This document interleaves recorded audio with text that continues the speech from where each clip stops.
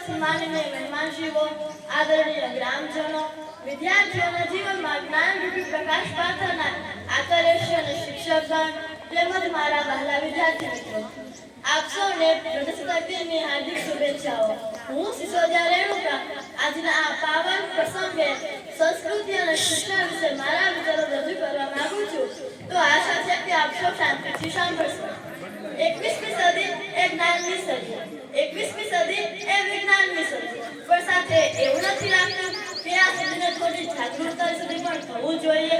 પ્રાચીન કાળમાં કેટલાય જ્ઞાન રત્નોથી ઉજાગર આ ભારત વર્ષનો ઇતિહાસ જો સુવર્ણકાળ હોય તો આજે એવા કયા કાળ સર્જાયા કે સુવર્ણકાળની વાત તો દૂર રહી આજે આપણો દેશ પૂર્ણ વિકસિત દેશ પણ નથી। શા માટે? કદાચ અણીસી સંસ્કૃતિને વિદેશી બહેનોને એવી રીતે શું નજર લાગી છે કે આપણી પ્રજા હજુ પણ એ વિદેશી સંસ્કૃતિથી આકર્ષિત છે, એની એના રીતિ રિવાજો અનુસરવામાં આવે છે।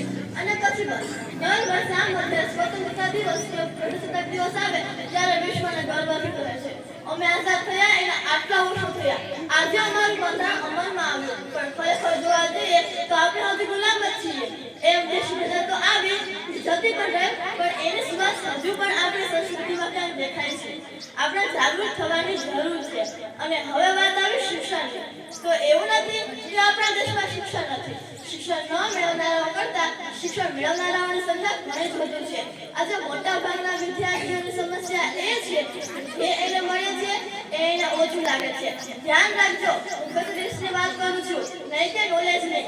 આજે જ્યારે વિશ્વ પવન વેગે દોડી રહ્યું છે ત્યારે આપણે એને પહોંચી નથી શકતા। નો ડાઉટ કે આપણા દેશ પાસે સૌથી મોટું યુવાધન છે અને એ યુવાધન પાસે નોલેજ પણ છે, પણ એ જ નોલેજનો ક્યાં કઈ જગ્યાએ અને કેવી રીતે ઉપયોગ કરવો એ આદત નથી। આપણી મેન્ટાલિટી કંઈક એવા પ્રકારની છે કે આપણે દરેક વસ્તુને એક્સેપ્ટ કરી લઈએ છીએ। કંઈ પણ નવું ઇન્વેન્ટ થાય તેમાં શું નવું છે, શું નવું થઈ શકે છે એનો આપણે વિચાર જ નથી કરતા। આનું તમને શ્રેષ્ઠ દ્રષ્ટાંત જણાવું તો વિદેશી પ્રજાની વિચારસરણી કે જો એ કરી શકે છે તો હું પણ કરી શકીશ, જો એ નથી કરી શકતા ને તો હું ચોક્કસ કરીશ। અને એની સામે આપણી વિચારસરણી જો એ કરે છે તો એને કરવા દો ને, જો એ કરે છે તો એને કરવા દો ને, હું થોડો કાંઈ જેમ્સ બોન્ડ છું, બસ આ જ વિચારસરણી। ક્યારેક તો જુઓ આ વિચારસરણીને બદલીને કંઈક નવું જોશું તો કંઈક નવું દેખાશે, કંઈક નવું વિચારશું તો કંઈક નવું થશે। આજે સૌથી મહત્વનું પાસું છે શિક્ષણ।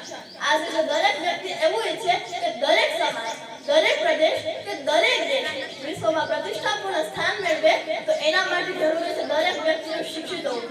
આજે આપણી પાસે ક્ષમતા છે આ દુનિયાની સાથે કદમથી કદમ મિલાવવાની નહીં, પણ એનાથી 2 ડગલા આગળ ચાલવાની, પણ એના માટે જરૂરી છે શિક્ષિત વર્ગ। આજે આપણી પાસે શિક્ષણ એ માત્ર પાઠ્યપુસ્તક પૂરતું સીમિત નથી, શિક્ષણ એ માનવીના વિચારોનો વ્યાપ વધારે છે અને કદાચ એટલે દરેક વ્યક્તિને શિક્ષિત હોવું જરૂરી છે। અંતમાં હું એટલું જ કહેવા માંગુ છું, ખંત તમારી સત્ય અને શોરાઓની ભૂમિ છે, અહીંની પ્રજાને આગળ વધવા માટે વધારે ન કહેવું પડે।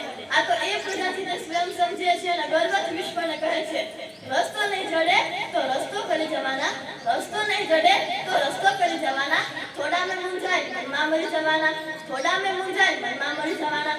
સમજો છો શું અમને દીપક નથી અમે કે ઠારે ઠરી જવાના, સમજો છો શું અમને દીપક નથી અમે કે ઠારે ઠરી જવાના। સ્વયં પ્રકાશ છીએ, સ્વયં ઉજાસ છીએ, સ્વયં પ્રકાશ છીએ, સ્વયં ઉજાસ છીએ। અસ્તુ જય હિન્દ, જય ભારત।